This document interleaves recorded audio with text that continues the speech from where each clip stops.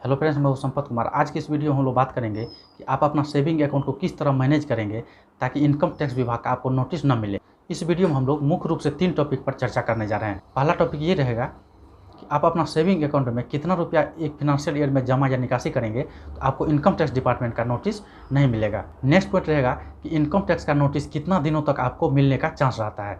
यदि आपको income tax का नोटिस मिलता है तो ऐसी परिस्थिति में आपको क्या करना चाहिए।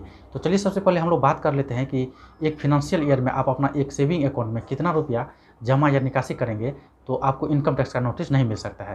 तो देखिए, एक फिनेंशियल ईयर में यदि आप सेविंग अकाउंट में 10 लाख रुपया जमा या निकासी से ज़्यादा का लिमिट क्रॉस कर जाते हैं तो ऐसे परिस्थिति में आपको इनकम टैक्स डिपार्टमेंट का नोटिस मिल सकता है। तो यदि आप एक फिनेंशियल ईयर में 10 लाख रुपया से जमा या निकासी कम रखते हैं तो ऐसी परिस्थिति में आपको इनकम टैक्स डिपार्टमेंट का नोटिस नहीं मिल सकता है। लेकिन यहाँ पर आपको ध्यान रखना होगा कि एक सिंगल ट्रांजैक्शन 2 लाख रुपया से ज़्यादा का नहीं होना चाहिए।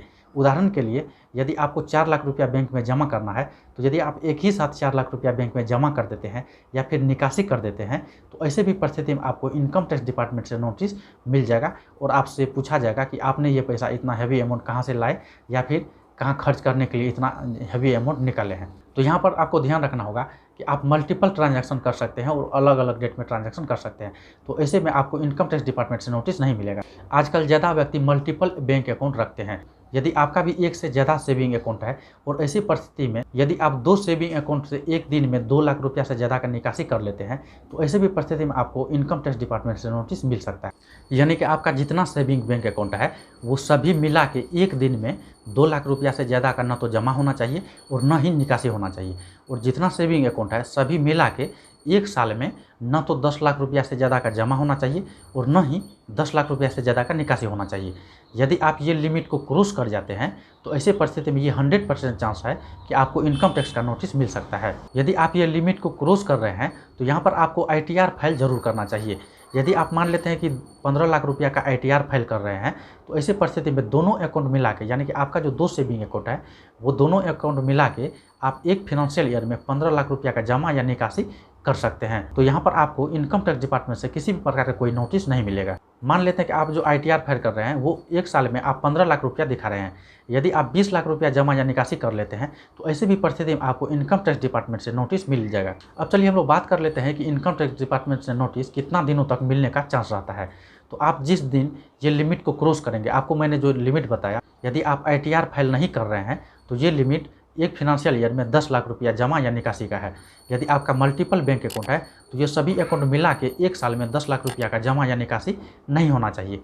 यदि जमा या निकासी हो जाता है तो जिस टाइम ये जमा या निकासी 10 लाख रुपया से ज़्यादा का किया गया है या फिर एक सिंगल ट्रांजैक्शन 2 लाख से ज़्यादा का किया गया है तो उस दिन से अगले 6 साल तक में कभी भी आपको इनकम टैक्स डिपार्टमेंट से नोटिस मिल सकता है और ये आपसे स्पष्टीकरण पूछा जा सकता है कि इतना पैसा आपने कहाँ से लाए या फिर कहाँ खर्च करने के लिए एक साथ इतना पैसा आप निकासी किए हैं। अब चलिए हम लोग बात कर लेते हैं, यदि आपको इनकम टैक्स का नोटिस मिल जाता है तो ऐसी परिस्थिति में आपको क्या करना चाहिए।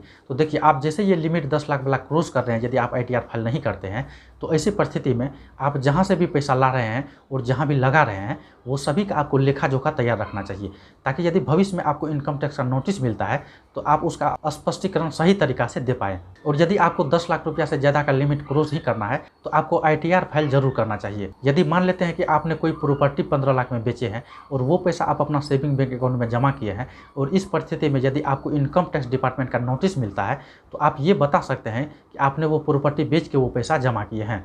तो आपने जो भी प्रॉपर्टी बेचे उसका समुचित आपके पास एग्रीमेंट और कागजात होना चाहिए। यानी कि आपको जो है इनकम टैक्स डिपार्टमेंट को ये चीज़ साबित करना होगा कि आपने वो पैसा कहाँ से लाए हैं।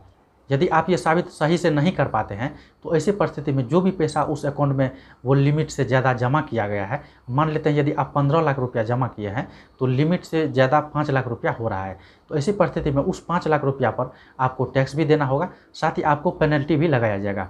तो इसलिए आपको ध्यान रखना चाहिए, ये लिमिट को क्रॉस कर रहे हैं तो आपको ITR निश्चित रूप से फाइल करना चाहिए। दूसरा पॉइंट है कि यदि आप कोई बिजनेस कर रहे हैं और कुछ दिनों से आप अपना पैसा जमा किए हैं, मान लेते कि पिछले 5 साल से आप प्रत्येक साल 2 लाख रुपया जमा कर रहे हैं और ये 10 लाख रुपया है और आप एक साथ बैंक में जमा कर देते हैं कोई सेविंग अकाउंट में, तो यहाँ पर भी जो है एक साथ जो है यानी कि सिंगल ट्रांजैक्शन यहाँ पर 2 लाख से ज़्यादा का हो रहा है, तो ऐसी परिस्थिति में आपको इनकम टैक्स का नोटिस मिल सकता है। तो यहाँ पर आप इनकम टैक्स डिपार्टमेंट को ये बता सकते हैं कि हम जो है पिछले 5 साल से पैसा जमा करके रख रहे थे। यदि आप इनकम टैक्स डिपार्टमेंट को सेटिस्फाइड नहीं कर पाते हैं अपना ट्रांजैक्शन का, तो ऐसी परिस्थिति में आपको उस पैसा पर टैक्स तो देना ही होगा, साथ ही साथ पेनल्टी भी लगाया जा सकता है।